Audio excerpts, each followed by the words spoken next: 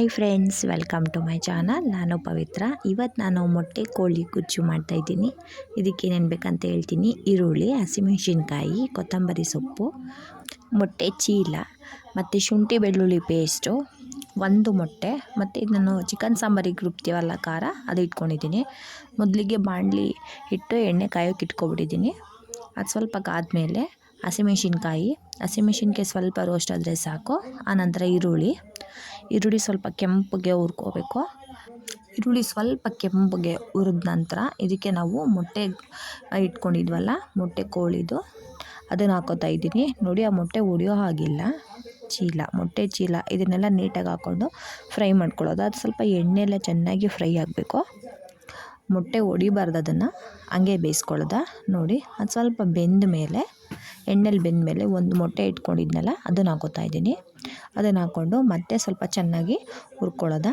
ಸ್ವಲ್ಪ ಮೀಡಿಯಮ್ ಫ್ಲೇವರಲ್ಲಿ ಇಟ್ಕೊಂಡು ಆ ಮೊಟ್ಟೆನ ಹುರ್ಕೊಳ್ಳಿ. ಆ ಮೊಟ್ಟೆ ಸ್ವಲ್ಪ ಬೆಂದ ಮೇಲೆ ನಾವು ಚಿಕನ್ ಸಾಂಬಾರಿಗೆ ಅಂತ ಮಸಾಲೆ ರುಬ್ಕೊಂಡಿದ್ವಲ್ಲ, ಅದು 1-2 ಸ್ಪೂನ್ ಎತ್ತಿಟ್ಕೊಂಡಿದ್ನಲ್ಲ ಅದನ್ನು ಹಾಕೋತಾ ಇದ್ದೀನಿ. ನೋಡಿ, 1-2 ಸ್ಪೂನ್ ಆದರೆ ಸಾಕು. ಅದರಲ್ಲೇ ಮಸಾಲೆ ಎಲ್ಲ ಇರೋದ್ರಿಂದ ನಾನು ಇದು ಯಾವುದೇ ಮಸಾಲೆ ಖಾರದ ಪುಡಿ ಯಾವುದನ್ನು ಯೂಸ್ ಮಾಡ್ತಾಯಿಲ್ಲ. ನೋಡಿ, ಅದು ಹಾಕ್ಕೊಂಡು 1-2 ನಿಮಿಷ ಎಣ್ಣೆಯಲ್ಲೇ ಸ್ವಲ್ಪ ಫ್ರೈ ಮಾಡ್ಕೋಬೇಕು.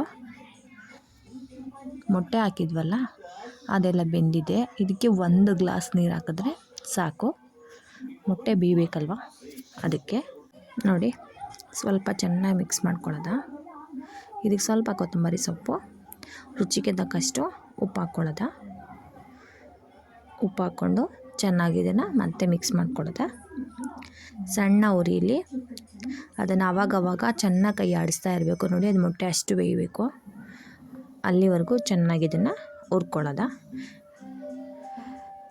ಸಣ್ಣ ಉರಿಯಲ್ಲಿ ಬೇಯಿಸಿದ್ರೆ ಇಷ್ಟೇ ರೆಸಿಪಿ. ನೋಡಿ, ಮೊಟ್ಟೆ ಕೋಳಿ ಗೊಜ್ಜು ಮಕ್ಕಳಿಗೆ ಇಷ್ಟ ಆಗೋವಂಥದ್ದು. ಮಕ್ಕಳಿಗೆಲ್ಲ ಅನ್ನಕ್ಕೆ ಮತ್ತು ಚಪಾತಿಗೆ ಚೆನ್ನಾಗಿರುತ್ತೆ. ವಿಡಿಯೋ ಇಷ್ಟ ಆದರೆ ಲೈಕ್ ಮಾಡಿ, ಸಬ್ಸ್ಕ್ರೈಬ್ ಆಗಿ ನನ್ನ ಚಾನಲ್ಗೆ. Thank you.